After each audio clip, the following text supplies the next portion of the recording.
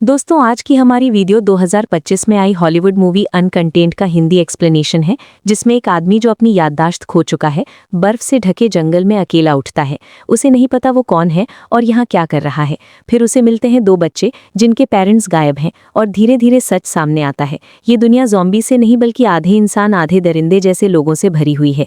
लेकिन असली सवाल ये है, क्या ये आदमी उन बच्चों को बचा पाएगा या खुद एक मॉन्स्टर बन जाएगा। चलिए जानते हैं। मूवी की शुरुआत में हमें दिखाया जाता है दो बच्चे खेल रहे थे। उन्हें जरा भी अंदाजा नहीं था कि स्लाइडिंग कांच के दरवाजे के बाहर कुछ डरावनी आकृतियां दिखाई दे रही हैं।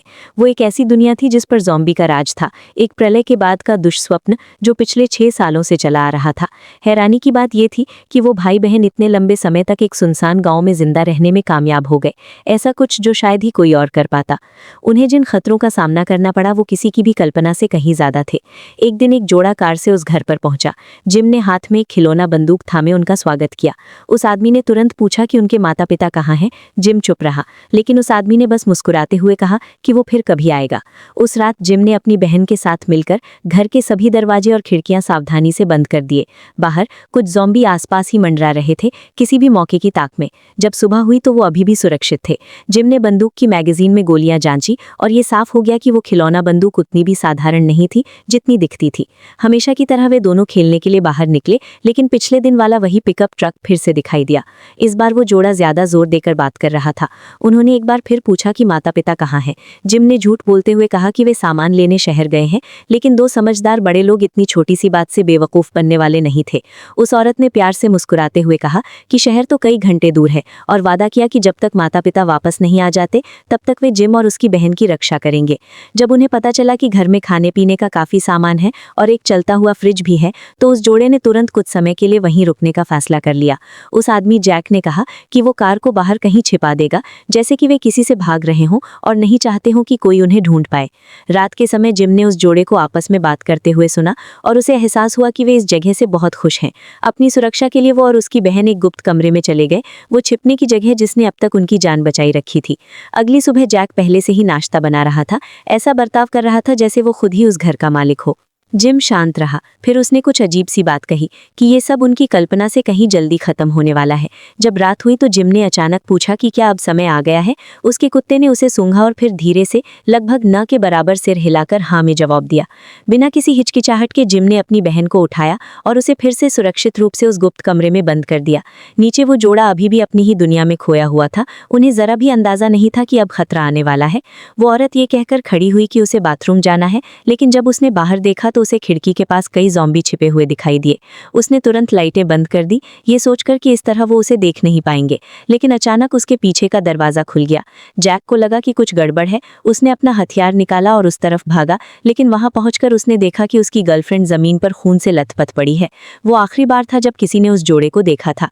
इस बीच जिम और उसकी बहन ऐसे ही खेलते रहे जैसे कुछ हुआ ही ना हो। इससे ये साफ जाहिर था कि इंसानी घुसपैठियों से निपटना उनके लिए कोई नई बात नहीं थी। उसी पल लंबे बालों वाला एक आदमी जंगल से गुजर रहा था। बर्फ में उसे कई जाल दिखाई दिए, जिनके निशानों का पीछा करते हुए वो गांव तक पहुंच गया। अचानक एक छोटी लड़की उसके सामने आ गई और इससे पहले कि वो कोई प्रतिक्रिया दे पाता, उसे अपनी गर्दन में एक तेज चुभन महसूस हुई। उसे एक ट्रैंक्युलाइजर डार्ट लगा था। बेशक जिम ने ही गोली चलाई थी, जिससे पता चलता था कि उसके बचने के हुनर कितने जबरदस्त थे। जब वो आदमी आखिरकार बेहोशी के असर से जागा तो जिम पहले से ही हाथ में बंदूक लिए उसका इंतजार कर रहा था। कुछ सवाल जवाब के बाद उस आदमी ने बताया कि उसका नाम डैन है। वो स्पेशल फोर्स का एक सिपाही है जो बस वहां से गुजर रहा था और उत्तर दिशा में अपनी पत्नी को ढूंढने के एक मिशन पर था। जिम को एक पल के लिए लगा कि उस आदमी में कुछ अलग बात है, क्योंकि दूसरों के उलट डैन को ना तो खाने की जरूरत थी और ना ही दवा की। उसे बस अपना हथियार वापस चाहिए था। हालात का फायदा उठाते हुए जिम ने एक सौदा किया। वो चाहता था कि डैन घर के लिए बिजली पैदा करे। उत्सुक होकर डैन ने पूछा कि उनके माता पिता कहाँ चले गए हैं। इस बार जिम ने झूठ नहीं बोला। उसने बताया कि उसके पिता एक वैज्ञानिक थे जो काफी समय से लापता हैं, और उसकी माँ एक सिक्योरिटी एजेंट है जो हाल ही में एक मिशन पर गई है और जल्द ही लौट आएगी। जब डैन ने देखा कि घर के लिए बिजली एक ट्रेडमिल से बन रही है तो वो बहुत हैरान हुआ। उसे जरा भी उम्मीद नहीं थी कि ये गांव सचमुच किसी के दौड़ने से पैदा होने वाली बिजली पर निर्भर होगा। अचानक खिड़की के बाहर एक ज़ॉम्बी धीरे धीरे उनकी तरफ बढ़ने लगा। बिना कुछ सोचे समझे डैन ने पास में रखी एक डिस्क उठाई और उससे निपटने के लिए बाहर निकल गया। ज़ॉम्बी से निपटने के बाद वो खून से लथपथ होकर वापस लौटा। जिम चिल्लाते हुए उससे पूछने लगा कि उसे उस ज़ॉम्बी को मारने की क्या ज़रूरत थी। उसने समझाया कि खिड़कियां एक खास तरह के बुलेट प्रूफ कांच से बनी है, इसलिए कोई भी ज़ॉम्बी भर के अंदर नहीं आ सकता। जिम की डांट फटकार के बावजूद डैन को उन दोनों भाई बहन पर तरस आ गया। वो अपनी मर्जी से ट्रेडमिल पर चढ़ गया और घर के लिए खुद ही बिजली पैदा करने लगा। वो रात खामोशी में गुजर गई और सुबह होते होते डैन पूरी तरह से थक चुका था। इसी बीच जिम की छोटी बहन उसके पास आई। वो कुछ देर तक उसके आसपास घूमती रही, फिर बोली कि उससे बदबू आ रही है और वहां से भाग गई। डैन नहाने के लिए बाथरूम में चला गया। वो लड़की इतनी समझदार थी कि उसने डैन के लिए एक हेयरपिन भी ला कर दी। तब तक जिम गांव से बाहर निकल चुका था, क्योंकि हर सुबह वो उन जालों को देखने जाता था जो उसने पूरे इलाके में बिछा रखे थे, ताकि ज़ॉम्बी का झुंड गांव से दूर रहे। जैसा कि सोचा गया था, एक और ज़ॉम्बी उन जालों में से किसी एक में फंस गया था और अभी भी हरकत कर रहा था। इस बीच घर में नाश्ता खत्म करने के बाद डैन ने उस जगह पर जाने का फैसला किया जहां जिम की मां काम करती थी। मेज पर एक फोटो के अलावा उसे एक कार की चाबी मिली। वो जोश में गैराज की ओर भागा, लेकिन वहां पहुंचकर उसे पता चला कि गाड़ी खराब थी। ठीक उसी पल कोने में बने एक छिपे हुए कमरे पर उसकी नजर पड़ी। उसे लगा कि ये सामान रखने की कोई जगह होगी, इसलिए वो उसे देखने के लिए आगे बढ़ा, लेकिन जिम ने उसे सख्ती से रोक दिया। एक दिन से ज्यादा समय साथ बिताने के बाद दोनों भाई बहन को अब पूरा यकीन हो चुका था कि डैन से उन्हें कोई खतरा नहीं है, इसलिए रात के समय वो उस छिपे हुए कमरे में जाकर नहीं छिपे। इसके बावजूद एक अजीब सी बात यह हुई कि जिम ने खुद अपने हाथों में हथकड़ी डाल ली। सुबह होते ही बाहर किसी के चलने की आहट सुनकर डैन की नींद खुल गई। वो जिम था, जो एक बार फिर अपनी गश्त पर निकल रहा था। वो वापस उसी जाल के पास पहुंचा जहां पिछले दिन एक ज़ॉम्बी फंसा रह गया था और जिसे अभी तक मारा नहीं गया था। जिम अभी सोच ही रहा था कि उसे क्या करना चाहिए, तभी अचानक डैन वहां आ पहुंचा। सहज वृत्ति से उसे लगा कि शायद वो ज़ॉम्बी उसकी माँ हो सकती है, इसलिए वो उसके कष्टों को समाप्त करने के इरादे से आगे बढ़ा, लेकिन जिम ने तुरंत बंदूक तानकर उसे सही समय पर रोक दिया। गुस्से में आकर डैन गाँव लौट आया और उस कमरे को खोला जिसमें उसे एक दिन पहले जाने से मना किया गया था। अंदर उसे जमीन पर एक कमरे मिला और दीवारों पर खरोंच के परेशान करने वाले निशान थे। इससे साफ हो गया कि ये वो जगह थी जहां ज़ॉम्बी को कैद करके रखा जाता था, जिससे उसका शक और भी बढ़ गया। अचानक बाहर किसी इंजन की आवाज गूंजी और कुछ और लोग वहां पहुंचे जो बच निकले थे, लेकिन ये साफ था कि उनके इरादे नेक नहीं थे। उन्होंने हाथों में हथियार लेकर गांव को चारों ओर से घेर लिया और आसपास की हर चीज पर नजर रखने लगे। डैन, जिसके पास कोई हथियार नहीं था, बिना हिले डुले वहीं खड़ा रहा। ठीक उसी समय जिम अपनी गश्त से लौट रहा था और उसने दूर से ही ये सब देख लिया। उसकी छोटी बहन दूसरी मंजिल की खिड़की पर खड़ी थी और बेचैनी से हाथ हिला रही थी। जैसे ही हमलावर उसे देखने ही वाले थे, डैन तेजी से वहां पहुंचा और उसे खींचकर अंदर कर लिया। जिम ने राहत की एक लंबी सांस ली।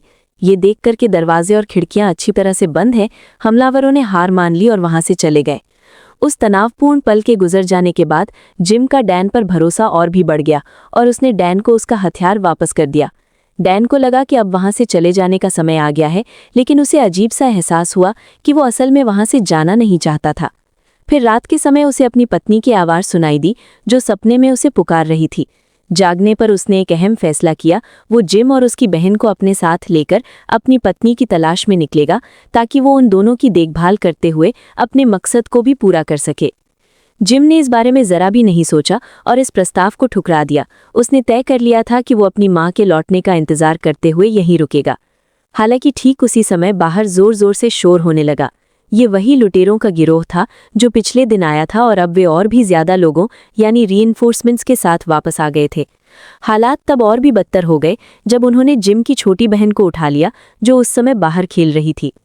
जैसे जैसे तनाव बढ़ता गया और दोनों पक्ष आमने सामने आ गए, अचानक गोलियों की आवाज गूंजी और हमलावरों में से 2 लोग तुरंत जमीन पर गिर पड़े। फिर डैन आगे बढ़ा और उसने लड़की को बचा लिया। गोली चलाने वाला कोई और नहीं बल्कि जिम की माँ ही थी। इस अफरा तफरी के बीच हमलावरों में से बचे हुए एक व्यक्ति की गोली डैन की छाती में जा लगी और वो बेहोश होकर बिना किसी ताकत के जमीन पर गिर पड़ा। किसी को पता नहीं था कि कितना समय बीत चुका था, जब तक कि आखिरकार डैन की आंख नहीं खुली। उसे ये देखकर हैरानी हुई कि उसकी छाती पर लगा गोली का जख्म पूरी तरह से गायब हो चुका था, लेकिन उसे एहसास हुआ कि उसे एक मोटे रस्से से खंभे से बांधा गया है। ऊपर जिम और उसका परिवार लगातार उसे हाथ हिलाकर इशारा कर रहे थे। अभी भी उलझन में डैन घर के अंदर गया और आखिरकार उसे मेलानी के जरिए सच्चाई का पता चला। मेलानी ने समझाया कि आमतौर पर संक्रमित लोगों के दिमाग की कार्यक्षमता खत्म हो जाती है और वे सिर्फ खाने की अपनी मूल प्रवृत्ति के हिसाब से काम करने लगते हैं। लेकिन संक्रमित लोगों का एक और प्रकार भी होता है जो बहुत ही दुर्लभ है, जिनके दिमाग आम इंसानों की तरह पूरी तरह से काम करते रहते हैं। साथ ही उनमें ज़ॉम्बी वाली शारीरिक खूबियां भी बनी रहती हैं, जिसमें किसी भी चोट या बीमारी से ठीक होने की क्षमता भी शामिल है। हालांकि इसका एक गंभीर नुकसान भी था। गंभीर चोट लगने पर या समय बीतने के साथ ये खास तरह के संक्रमित लोग बेकाबू गुस्से की हालत में चले जाते थे और उस हालत में वो लगभग आम ज़ॉम्बी जैसे ही बन जाते थे। मेलानी की व्याख्या सुनने के बाद डैन को आखिरकार समझ आ गया और उसे शक होने लगा कि वो खुद भी इन विशेष संक्रमितों में से एक हो सकता है। मेलानी ने इसकी पुष्टि की, क्योंकि अन्यथा वो गोली लगने के बाद बच नहीं पाता, बल्कि मर जाता या बेहोश होकर एक सामान्य ज़ॉम्बी बन जाता। उसका कुछ पल का दौरा पड़ने के बाद अगले दिन सामान्य रूप से जाग जाना इसका पर्याप्त प्रमाण था। फिर मेलानी ने एक और भी चौंकाने वाली बात बताई। जिम भी डैन की तरह ही एक विशेष संक्रमित था और उस रात उसने जिन 2 लोगों को मारा था वो उसके अनियंत्रित क्रोध की स्थिति का परिणाम था। इसी कारण जिम सोने से पहले हमेशा खुद को हथकड़ी लगा लेता था। उत्सुकतावश डैन जानना चाहता था कि क्या उस स्थिति के आने का अनुमान लगाने का कोई तरीका है। मेलानी ने बताया कि जिम के पालतू कुत्ते को उस स्थिति में जाने से ठीक पहले गंध में होने वाले सूक्ष्म परिवर्तनों को पहचानने के लिए विशेष रूप से प्रशिक्षित किया गया था। तभी डैन को खरोचों से भरा वो कमरा याद आया, वही जगह जहां जिम उन दौरों के दौरान रहता था। तभी अचानक एक इंजन की आवाज़ फिर से सुनाई दी। मेलानी अपनी बेटी को गोद में लिए मिलिशिया सैनिकों के एक समूह के सामने खड़ी थी और ऐसा लग रहा था कि वो सफ़ेद दाढ़ी वाले नेता को अच्छी तरह से जानती है, क्योंकि उसकी बेटी एक संदिग्ध व्यक्ति के साथ भाग गई थी और चिंतित पिता अपने आदमियों के साथ उसकी तलाश कर रहा था। मेलानी ने आश्वासन दिया कि अगर उसे उनके बारे में कोई सुराग मिला तो वो तुरंत सूचना देगी, और अनिच्छा से ही सही बूढ़ा आदमी अपने समूह के साथ चला गया। उस रात डैन ने यूं ही गांव के इतिहास के बारे में पूछा और मेलानी ने बताया कि राष्ट्रीय सुरक्षा एजेंसी ने ज़ॉम्बी वायरस के प्रकोप की भविष्यवाणी बहुत पहले ही कर दी थी। इसलिए ऐसे दूर दराज के स्थानों में उन्होंने गुप्त रूप से हजारों ऐसे ही आश्रय बनाए थे जो पूरी तरह से प्रतिरोधी सामग्रियों से मजबूत किए गए थे और स्वतंत्र ऊर्जा प्रणालियों से सुसज्जित थे, जिन्हें पूरी तरह से आत्मनिर्भर होने के लिए डिज़ाइन किया गया था। ये सुनकर डैन को कुछ अफसोस हुआ। उसे लगा कि मेलानी पहले ही दूसरों को चेतावनी दे सकती थी, जिससे कई जानें बच सकती थीं, लेकिन उसने कुछ ना कर पाने का दावा करते हुए बस अपना सिर हिला दिया।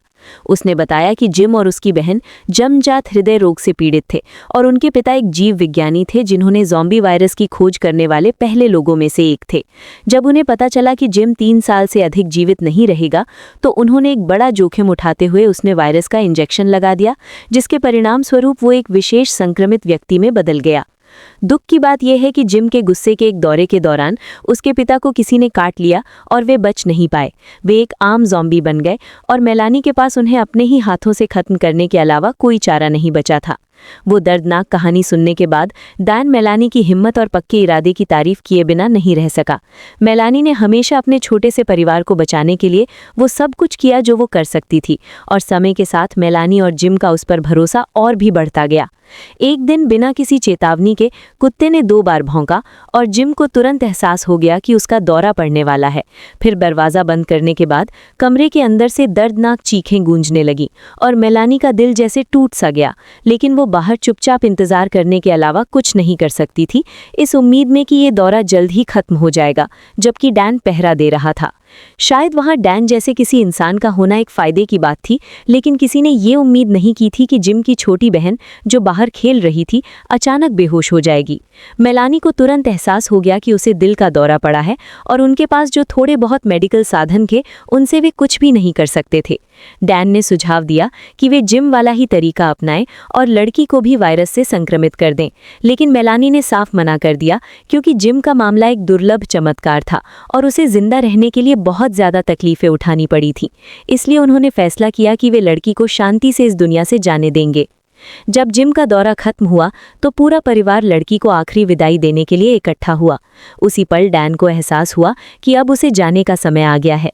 जिम और मेलानी के बार-बार और सच्चे दिल से रोकने के बावजूद वो अपनी पत्नी को खोजने के अपने सफ़र पर आगे बढ़ने के अपने फैसले पर अडिग रहा। 2 लोगों के कम हो जाने से मेलानी और जिम को वो घर खाली खाली और ठंडा सा लगने लगा। वहां से कुछ ही दूरी पर जंगल के बीचों बीच सफ़ेद दाढ़ी वाले सरदार के आदमियों को वो कार मिल गई जिसे जैक ने छिपा कर रखा था।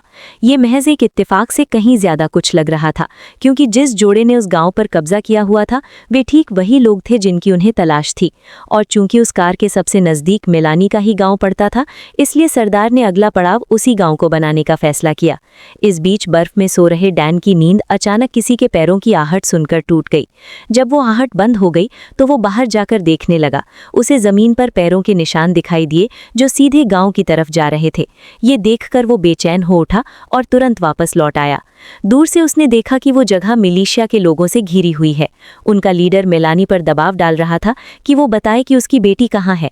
जब उसके आदमियों को एक छोटी सी चीज मिली जो मेलानी से गिर गई थी और उसे झुठलाने का कोई तरीका ना होने पर मेलानी के पास कोई और चारा नहीं बचा था। उसी समय डैन चुपके से अंदर घुसने में कामयाब हो गया।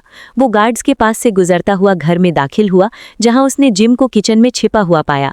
जब उसे पता चला कि अंदर कितने दुश्मन मौजूद हैं तो उसने अपना हथियार निकाला और एक जानलेवा परछाई की तरह एक एक करके मिलिशिया के आदमियों को खत्म करना शुरू कर दिया।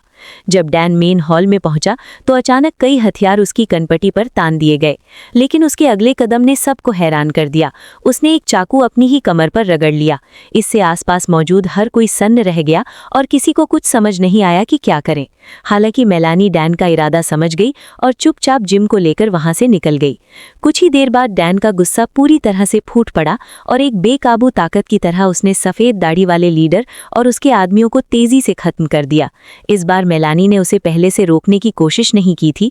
वो बस अपने बेटे के साथ उस गांव से भाग निकलने के अलावा और कुछ नहीं कर सकती थी। डैन के गुस्से से भरी दहाड़ सुनकर ज़ॉम्बीज़ की भीड़ उस जगह की ओर खींची चली आई। अगली सुबह जब डैन की आंख खुली तो उसने देखा कि ज़ॉम्बीज़ में पूरे गांव को तबाह कर दिया है। मेज़ पर मेलानी का छोड़ा हुआ एक खत पड़ा था जिसमें उसने बताया कि वो और जिम पहले ही उत्तर दिशा की ओर निकल चुके हैं और अगर किस्मत ने चाहा तो शायद वे किसी दिन फिर मिलेंगे। चेहरे पर हल्की सी मुस्कान लिए डैन ने वो गुड़िया उठाई जो जिम को सबसे ज्यादा पसंद थी। उसने उसे अपने कंधे पर रखा और उत्तर दिशा की ओर अपनी यात्रा जारी रखी।